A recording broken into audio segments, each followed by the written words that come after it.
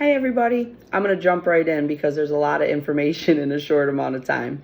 So I chose to review the case of Bruff versus North Mississippi Health Service. I used a source by Price and Wickel 2011 for the summary of the case and some other information. But basically the case summary is Sandra Bruff was a counselor for the Employee Assistance Program for this North Mississippi Health Service. A client who identified as just as Jane Doe presented herself to Sandra Bruff as lesbian, and after she did that, she wanted some counseling for some of her relationship issues that she was having. Sandra Bruff refused to counsel Jane Doe about anything to do with her sexual identity or relationship. She would agree to continue to counsel her on other issues, but due to Bruff's religious beliefs, she refused to counsel her anything about the lesbian or the lesbian relationship. Doe and her employer issued a complaint to NMHC. Bruff drafted a written statement as to why she refused based on her religious beliefs. The medical center's management team discussed possible accommodations, but it was determined that there were none that were reasonable or practical, and it would create an unfair workload on the other counselors. Plus, they determined that there were ethical issues to her refusal as well. They placed her on a leave without pay. Bruff appealed and was given the opportunity to apply for a different position in the company. She applied, but she didn't get it. Someone with more credentials got it over her. So Bruff filed a complaint that ended up going into a federal case.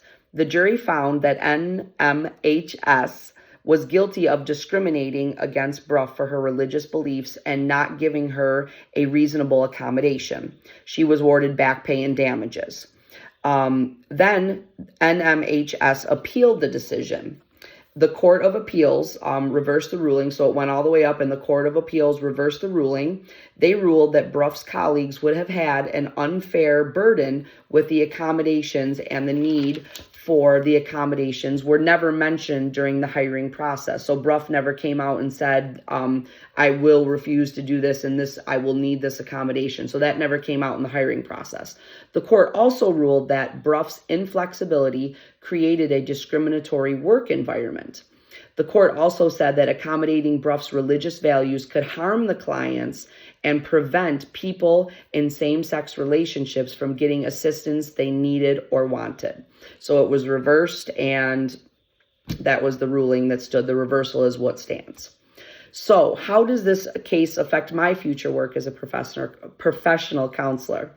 This case sets the precedence of working with all clients, even if they make a lifestyle choice that differs from your own beliefs. It's about being open to learning and getting to know and understanding the differences.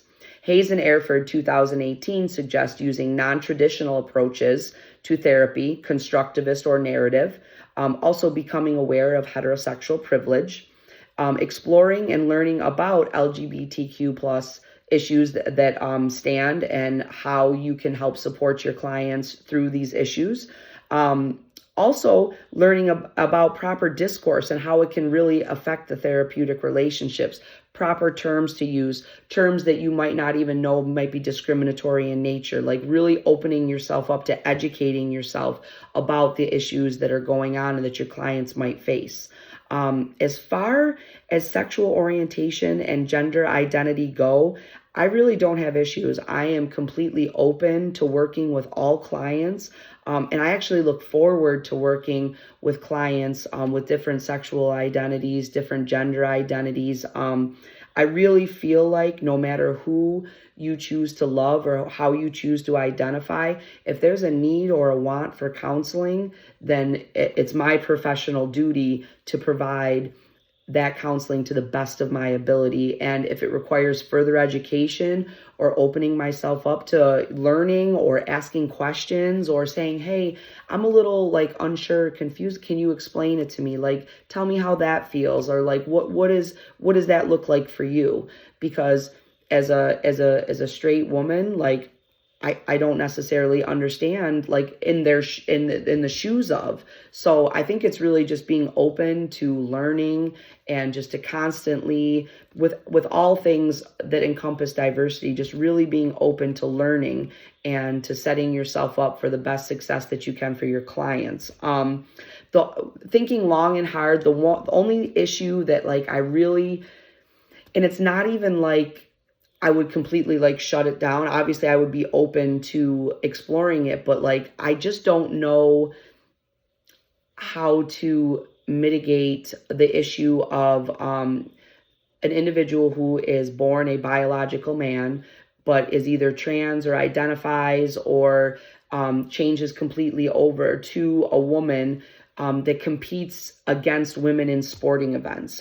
As a former athlete, like, I know how hard women have fought to get to where they are in the sports world. And just looking at, like, the NC2A women's bracket right now, and how they're just having an explosion of popularity, like, that's really hard fought for.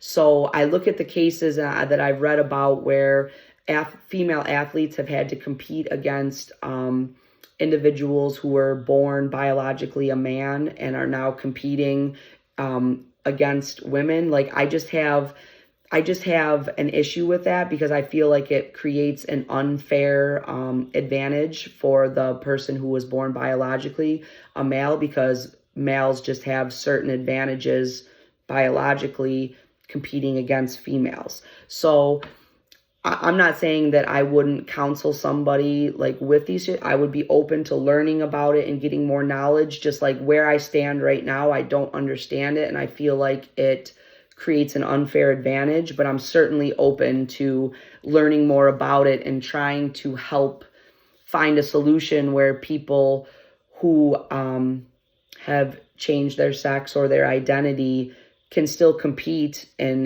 be a part of athletics, because athletics is a wonderful thing, and I'll always fight for athletics, but just so it doesn't create an unfair advantage when they're competing against a born biological woman. So that's the only thing I could think of, but I hope everybody has a great week, and if you celebrate Easter, I hope you have a wonderful Easter. Bye, everybody.